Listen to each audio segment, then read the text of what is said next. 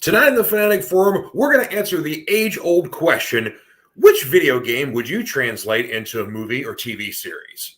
And of course, we're going to talk about a whole bunch of other stuff tonight on the Fanatic Forum.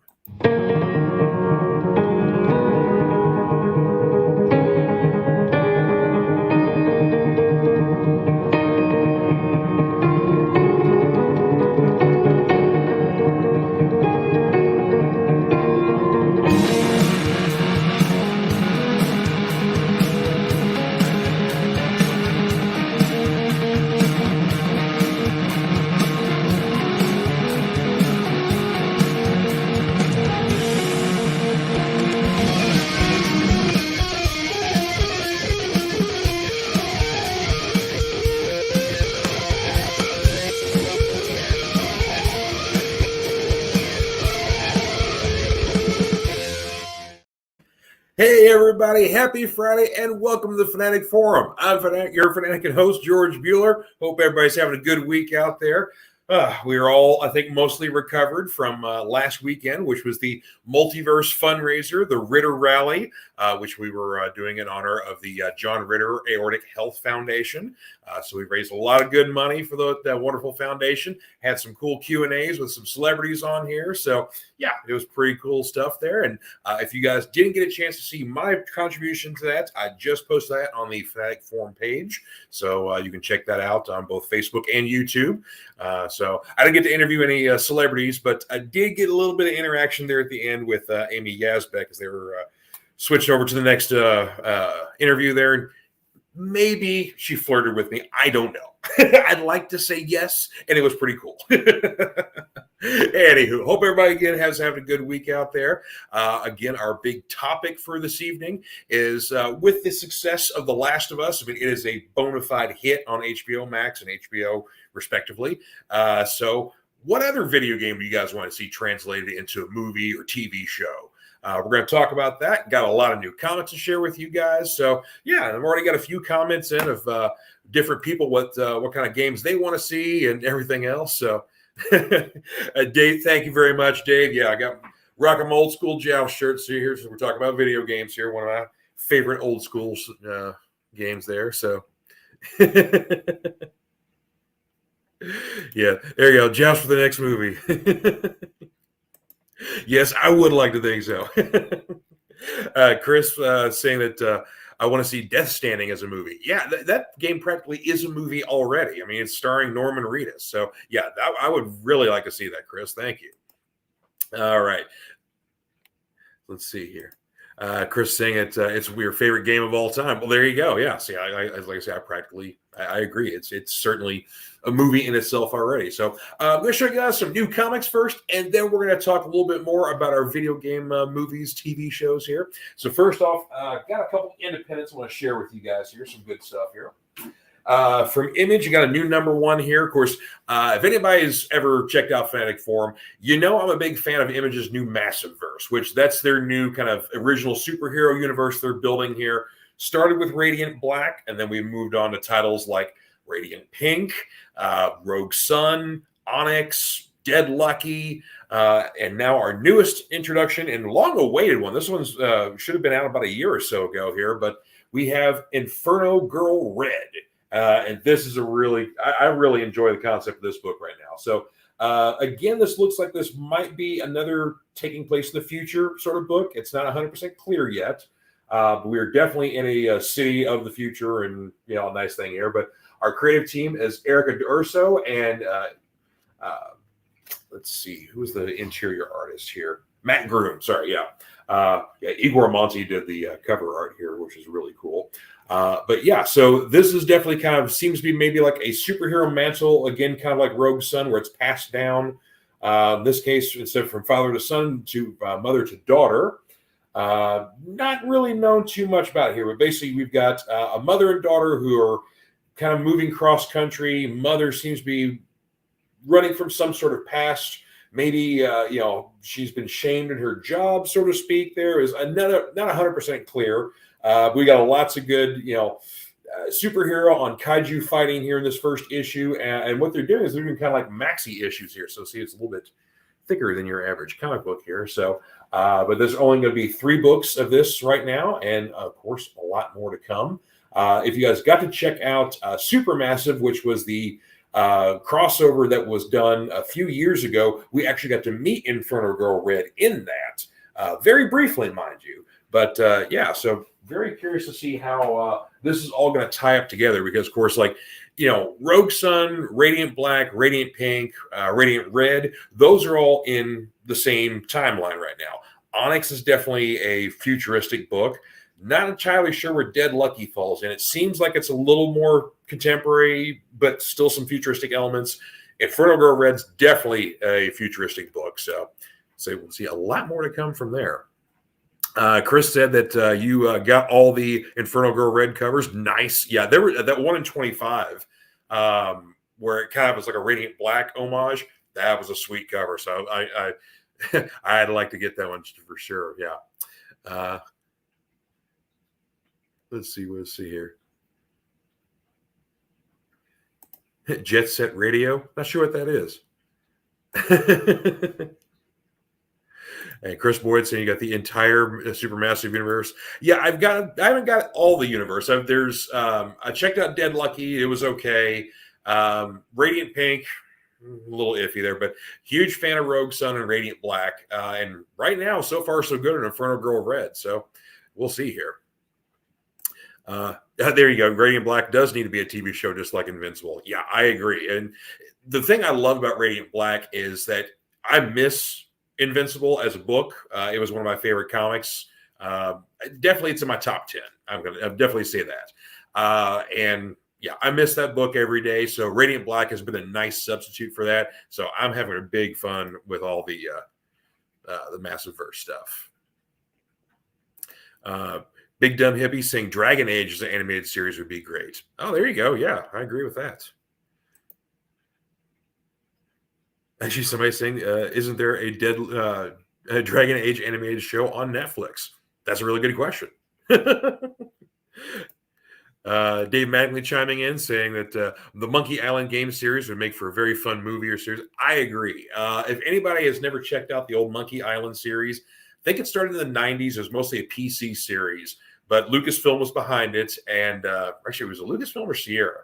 Anyway, but it was a really fun story-based game. Took place, had kind of like a pirate sort of setting, you know, kind of a young, you know, bosun trying to make his way up in the world, complete a quest and adventure. The fun thing was, though, whenever you would have supposedly like sword fighting duels, you weren't fighting. You would basically be like, you know, throwing quips at each other and, you know, basically using your wits, essentially, throwing insults back and forth. So that's what made such a charm of the game. So it started out in the 90s. I think they've done several games since then. But, yeah, those were some funny games. I'd love to see that. All right, next up for some of our comics here, another image got to bring up here, Hitomi #4 here. I have loved this series from the beginning. This is a samurai revenge tale here. A young girl basically watched her entire village, including her parents, be slaughtered by a rove band of samurai being led by Yasuke here, who was basically a black samurai. I don't know where he came from, but we find a little more finally about his tale in this issue here. But this has been a great sort of complicated revenge tale because, you know, Hitomi, you know, the lead character, she grows up, she trains, she tracks down Yasuke, then he sort of saves her life, and then now they're kind of on this learning, you know, sort of adventure together, but also he knows basically she's going to kill him eventually. So it's this very complicated tale here, but beautiful artwork in here, you know, very kind of, you know, a bit of a Japanese style to it. But yeah, just a great, great story. So if you're into samurai stuff there, highly recommend checking this out. So I think we've got 1 or 2 issues left before the series is completed. So yeah, definitely worth a look. One more independent here from Boom. This is the 3rd issue of Behold Behemoth. This has been a really cool series, but I didn't quite know exactly what all was going on until we get to this issue. This is the exposition issue we've been waiting for, so we find out what these behemoths are, where they come from, why they're here, and a little bit kind of, leading into this fall of mankind that we see kind of going into the future, where everything looks pretty bleak and desolate, and our lead character is running around looking like he's from a D&D, campaign. So, so we find out pretty much everything we need to know about this here, and of course, leading us into one of our larger conflicts, so to speak here. So, a great issue here. Tate Brummel, Nick Robles is the creative team on this here. So, absolutely love the series. Can't say enough good things about it. Unfortunately, it's also another limited series. So, there you go. From DC, I got a couple of selections here. Issue 2 of the new Justice Society of America series. This is really cool. It follows the adventure of Helena Wayne, who is the Earth 2 Huntress, the daughter of Selena Kyle and Bruce Wayne.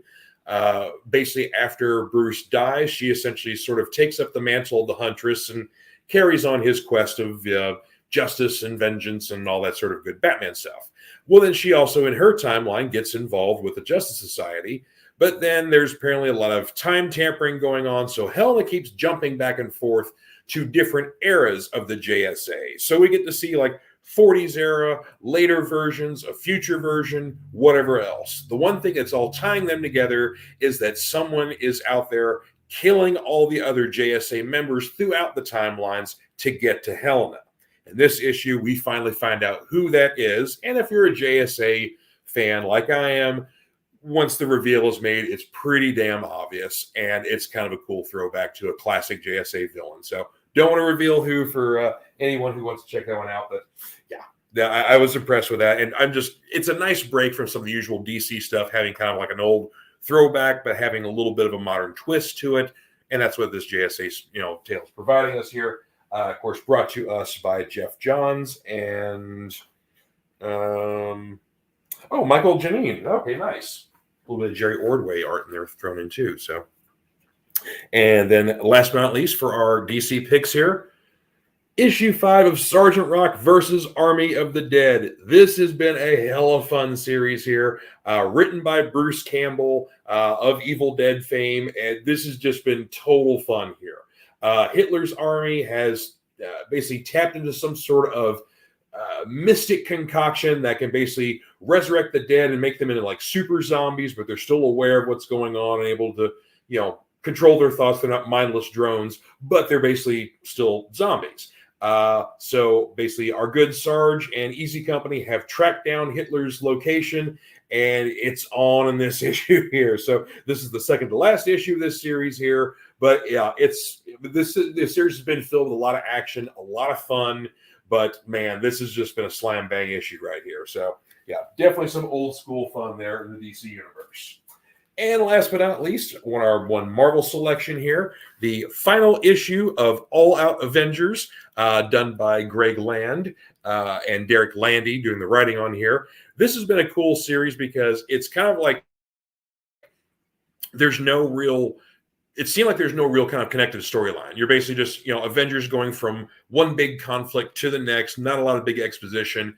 Then we find out that there actually is a connecting storyline, in so much that someone keeps tampering with the Avengers' memories, in that they keep kind of having like a Groundhog Day situation, except they're fighting somebody different each day, but they feel like it's been weeks and weeks and weeks, when in fact, old Spidey here has been trying to tell them, actually, no, you've been only kidnapped for a few hours, but somebody's messing with you. And then you find out somebody's messing with Spidey too. And then, well, we all figure it out, because the next installment of this particular version of Avengers comes in Beyond Avengers, which, yes, the Avengers are taking on the old Beyonder from the Secret Wars. So that should be interesting. Same creative team behind there, but kind of like a nice little, out of connectivity, nice little fun throwback Avengers series there.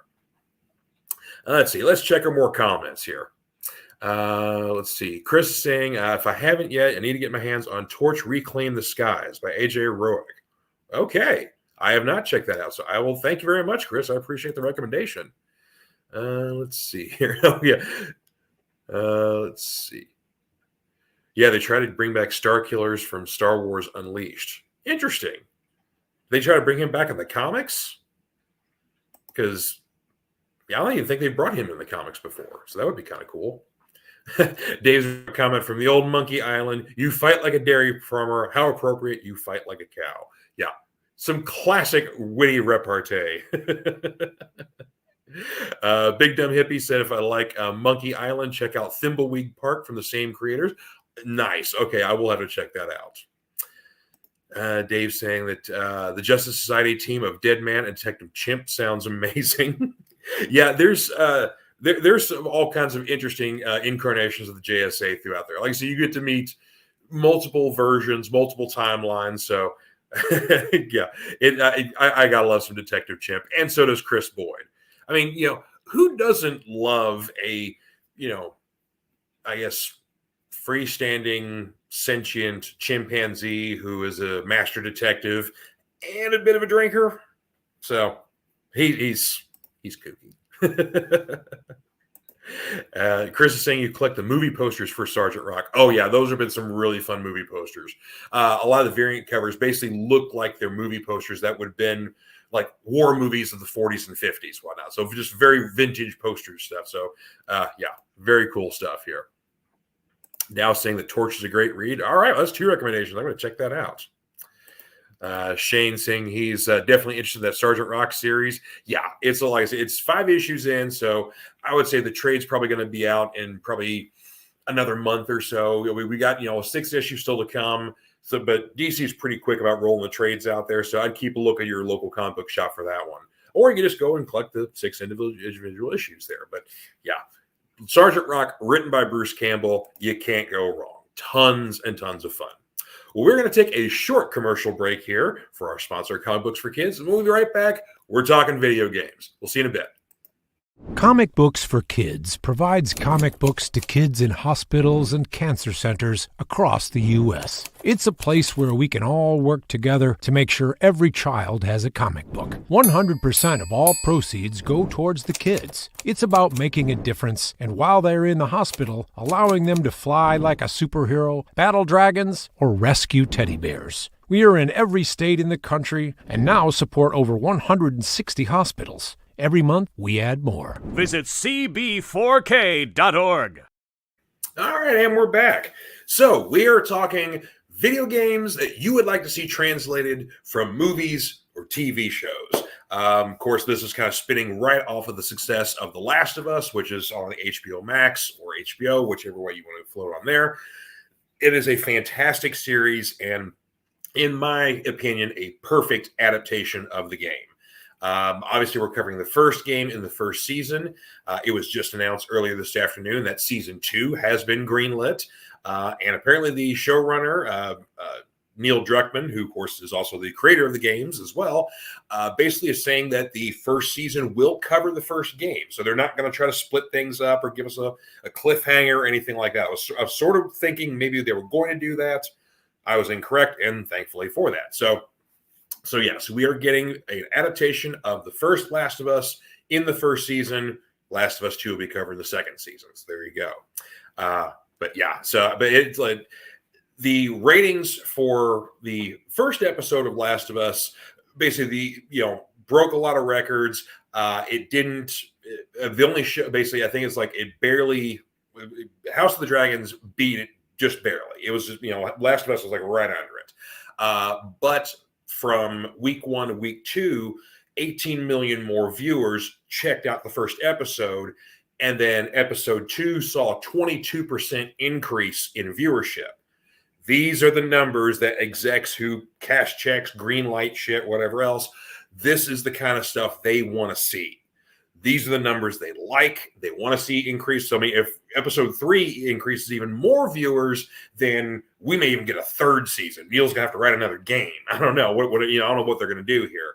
But yeah, there's we definitely have a hit on our hands. It is a beloved series. If you've never played the games, if you're a fan of the games, they've only really made a couple of slight changes. And one of the major changes they made, if you've seen episode 2, is basically all the fungus creatures basically all have kind of like a warning system now. Because, if you know your fungus, it actually does communicate with each other over extremely long distances. So basically, if you essentially kill one creature that's infected, or either partially or even a clicker or whatnot, it can actually alert others in the area or maybe even further away. So we see a very good example of that. This is essentially replacing the kind of the modus operandi of the spores and the gas masks. So basically, we're not going into buildings and have to don gas masks, even though we may see that at some point. I don't know. But the showrunners are basically talking like, that works for a video game. It doesn't work when you're doing a TV show in the real world, because basically spores are everywhere. So if there's spores in one area, it's just going to spread. It doesn't matter if the door's closed or not. They're going to get through, So Shane saying, careful, I'm going to start talking about The Happening. Let's not talk about The Happening, please. Shane saying, if it's good, that's great seeing the audience get the numbers up. Yeah, like I said, it's if you've ever played the games, it's absolutely amazing. Like I said, there was only one tweak to Joel where he's not just a smuggler, he's also kind of a drug runner as well. So either way, Joel's not a nice guy. We get that. And so whatever else. And then, like I said, they don't do the gas mask trick. So we now have the alert system. But really, everything else so far is the same from the games. Now, from what I understand, there will be some characters they've kind of thrown in that aren't in the games. Maybe some minor, characters that pop in an episode, in and out, whatever else. So, yeah. But for the most part, this has been an extremely faithful adaptation. So, what do you guys want to see here? So let's go through the comments here. Chris is saying that the Gran Turismo, yeah, you're right. Gran Turismo does have a movie coming out. I have not seen the trailer yet, so I'm curious of basically how they're going to do a Gran Turismo. I mean, I remember they did one for, what was it, Pursuit, or the one that had Jesse from Breaking Bad in it. Or Need for Speed. That's what it was, Need for Speed. But yeah, so that made sense because that's a pursuit game. But Gran Turismo is just a really pretty racing game. You basically got a cool ass car and drive through a course and you race other people and you got great graphics, great backgrounds, whatever else. But is there a plot? I don't know. So I'm gonna have to check out that trailer, Chris. Let's see here. Going back to Last of Us, saying, yeah, you've been hesitant to watch it because, yeah, you are correct. There's not been a great history of game to movie or TV show translation, but there has been some recent bright spots. I'm going to defend the Mortal Kombat movie that came out a couple years ago. I thought it was a far better adaptation than what we've seen in the 90s. You got far better representation of what the characters look like and who they are in the games. I miss Johnny Cage. Kind of wish he was in the first movie, but that's okay. Maybe he's coming in later on. But I thought that was a good adaptation. The Uncharted adaptation had Tom Holland and Mark Wahlberg. Another good one. Yeah, they made Sully younger, and Mark Wahlberg, he wasn't as old as he is in the games. But again, it was fun.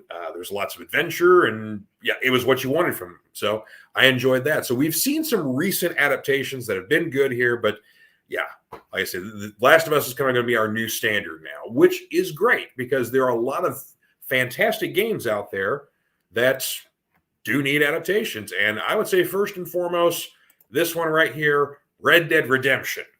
My God, why is this not a show? I mean, with the popularity of Yellowstone and its spinoffs, come on.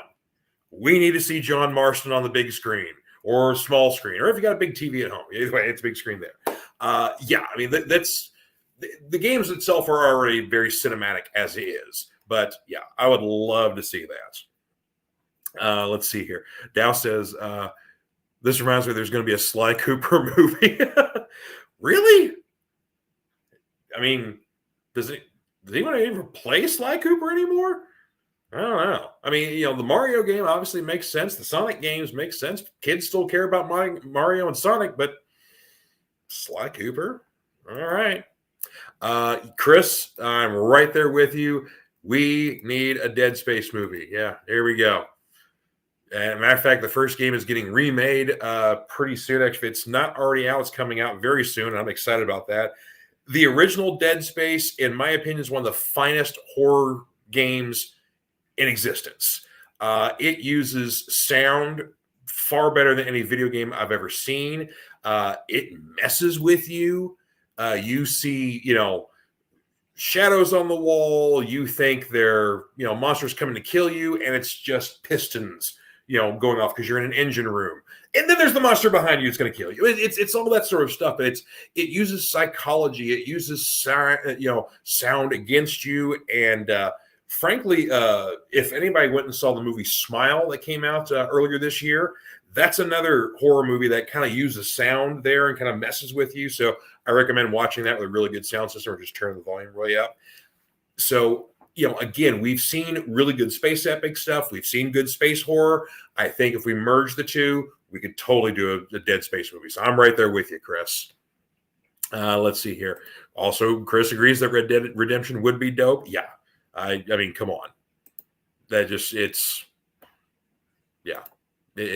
ready to go, in my opinion. Another one I would love to see here, and this is also getting another remake pretty soon, Alan Wake. This was one of my favorites on the Xbox 360. They did a couple of sequels from this, and then recently the game Control, if you all played that, we find out as you play the game, does take place in the Alan Wake universe. I am aware of the fact that they have some low-budget company did a movie based on Control. I'm saying based loosely because they take a lot of liberties, and not all of them are good choices. And well, honestly, the special effects, the CGI, it's not a good movie. So basically, the Control movie definitely falls into the pile of crap that we don't want to see. We've seen in the past. I really hope, though, that basically somebody does take the Alan Wake universe and translates that into movies, TV shows, whatever else. If you're not familiar with it, Alan Wake is basically, he's a horror writer who basically kind of like the movie In the Mouth of Madness, where maybe his writing is kind of creeping over into the real world. So it's getting difficult to see what's real, what's fiction. It's all horror. There's a lot of gimmicks that you use in the game of light versus darkness. Like, you have a gun, but your biggest weapon is a flashlight.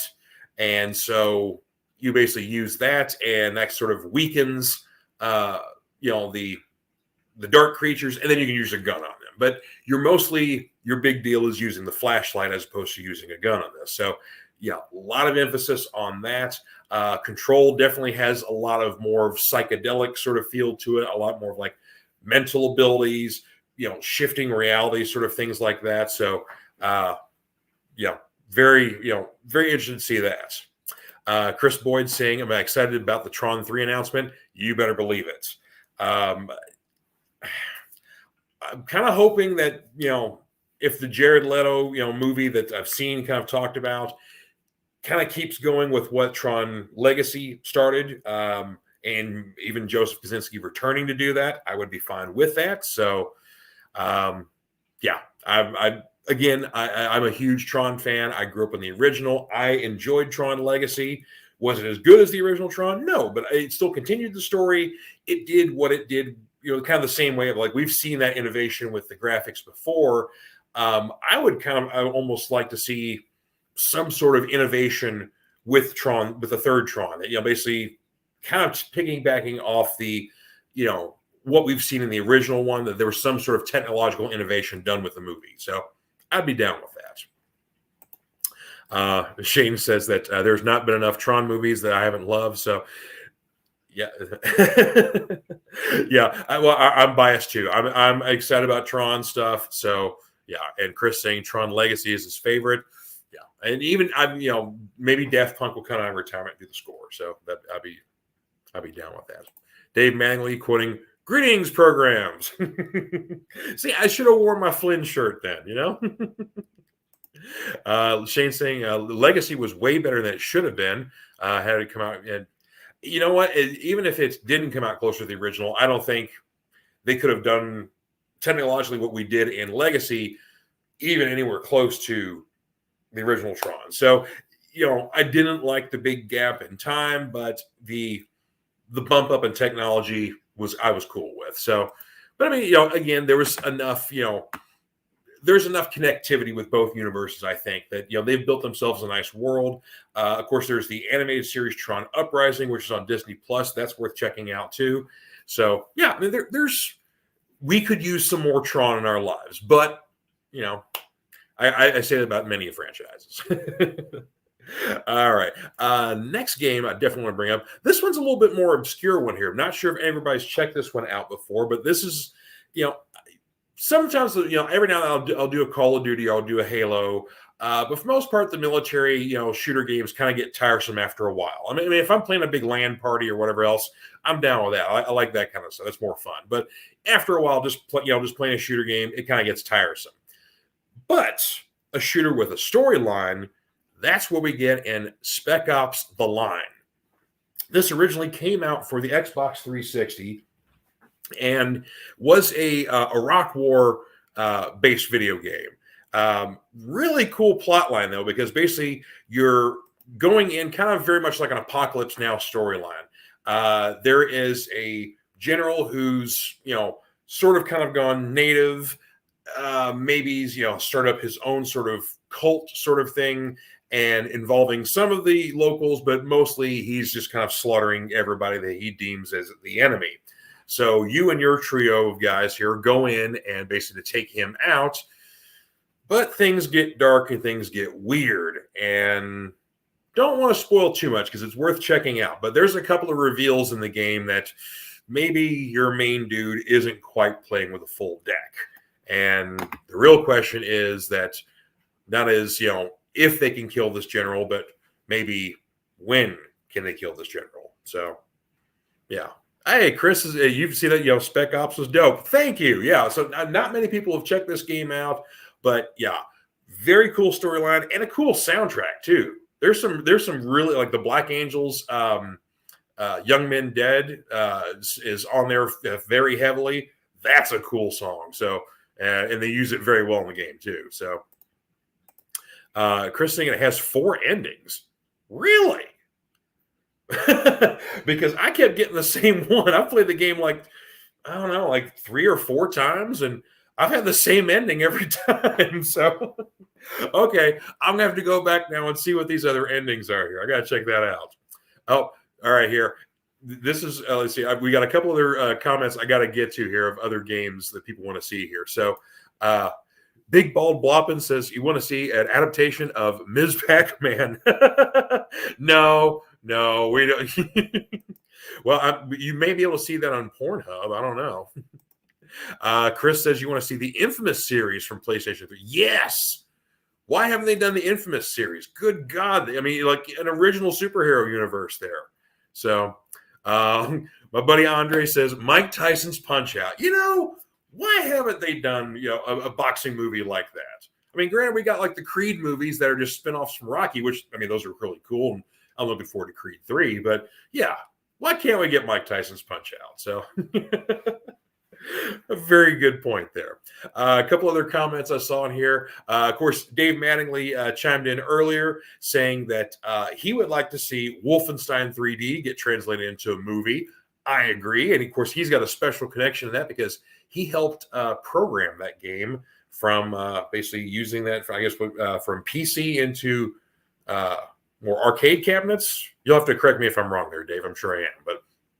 But yeah, so Dave Mattingly had a little bit of a hand in that. So yeah, I would definitely love to see a Wolfenstein game, especially too if you're kind of going on the New Blood games, the kind of the alternate history where basically was it Biff Blastowitz or whatever your character's name is?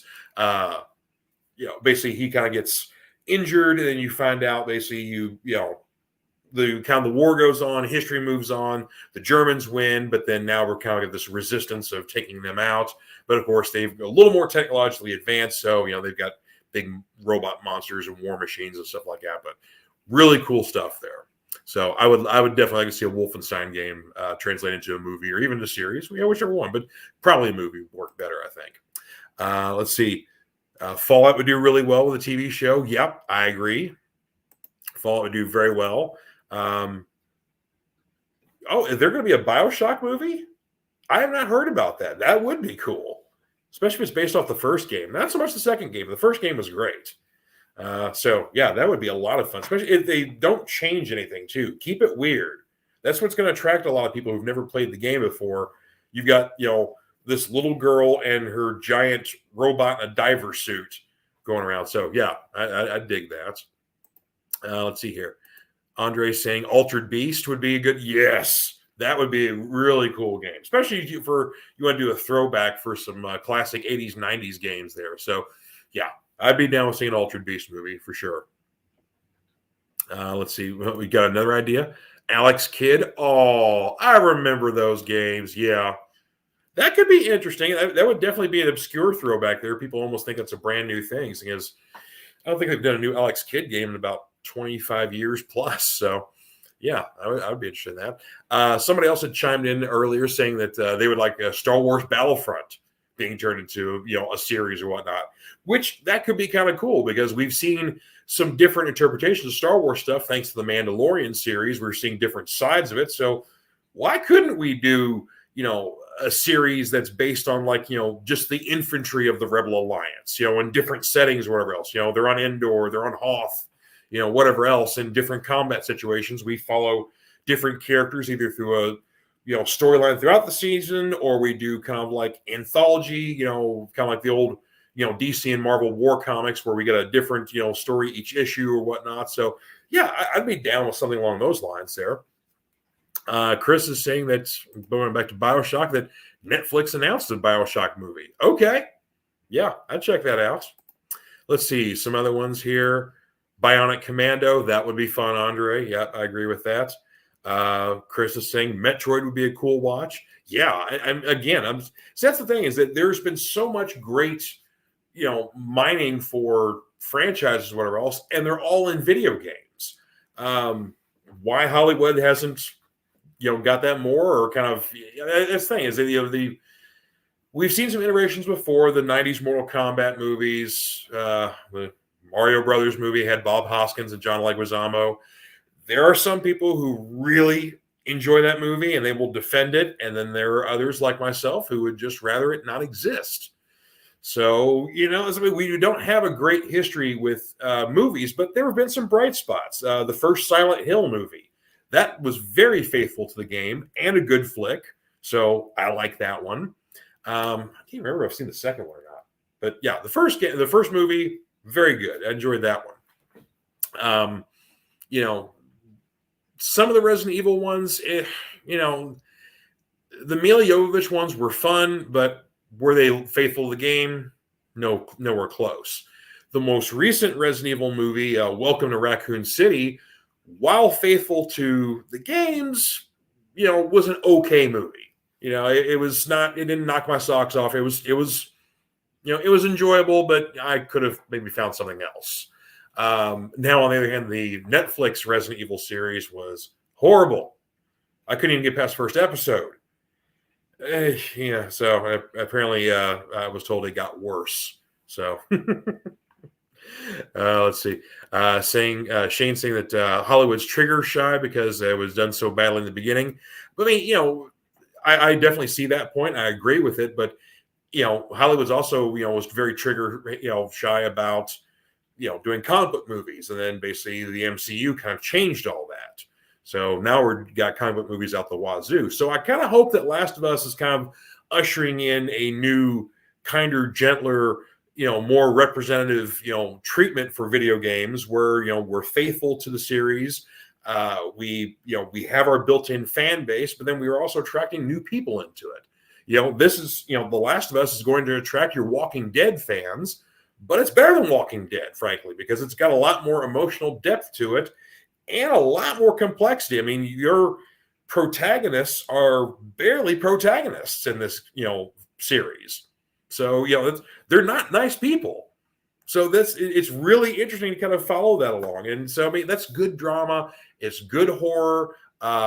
Episode 2 finally featured the clickers. I mean, granted, we're only 2 episodes in, but yeah, episode 2 featured the clickers, and they were perfect. Oh, yeah. Like I say, if you've never played the games before, just the first sounds you hear when you know they're coming, it's like it just sends chills down your spine. So yeah, it's when they get to the bloaters, man, that's going to be even worse.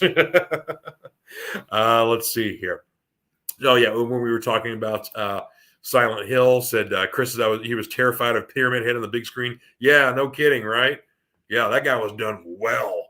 But my favorite gimmick, though, throughout the Silent Hill, especially the first game, is the radio. Basically, you start getting the static on the radio when something's coming, when bad things are happening, and they did that in the movie too. It was like, yeah, that was good stuff here.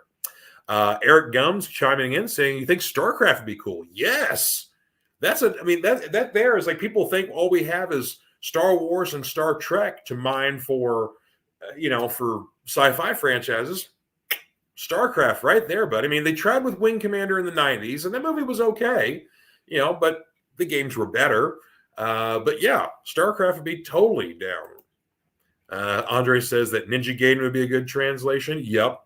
Why they haven't done that one so long. Splinter Cell could be easily done. I agree. Actually, I think Michael B. Jordan is trying to get a Splinter Cell project off the ground. There you go. I thought I'd heard something recently about that. So, John Piker, good to see you, sir. Contra, yes. Get Bill and Lance on the big screen. Come on, let's let it happen. Thank you very much, John. You shared about 100 groups. Good. I know, but just being facetious. All right, Chris is chiming in saying that Christopher Nolan could direct a Half-Life movie. Oh, wow. Yeah, that would be cool. Or heck, give him Death Standing. Somebody wanted to see a Death Standing movie earlier, so yeah, give Nolan Death Standing. So that I'd be down with that. So far out. Okay, yeah, I like that. Well, man, we've had lots of really good ideas here. So, see, Hollywood, just share this with your nearest Hollywood exec and writer and whatever else, and just give them all kind of fresh ideas here. So we've put out lots of good stuff here, but it's kind of interesting to me. It's like I would easily pose a question of what would be a game that would not translate well, that you basically would be sort of difficult to get all the elements of it in and still be a good TV or movie. Top of the list for me would be the Grand Theft Auto series.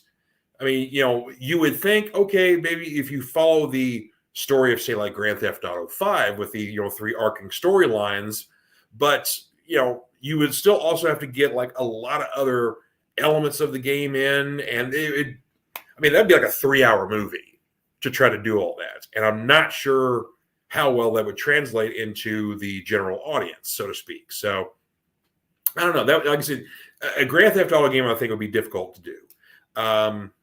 Why they haven't had success with Halo, I don't know. We tried a Halo series last year, and well, I think it came and went because I didn't hear much about it. It aired on Paramount Network, and well, I didn't hear anything about it. And I never saw it myself, so there you go.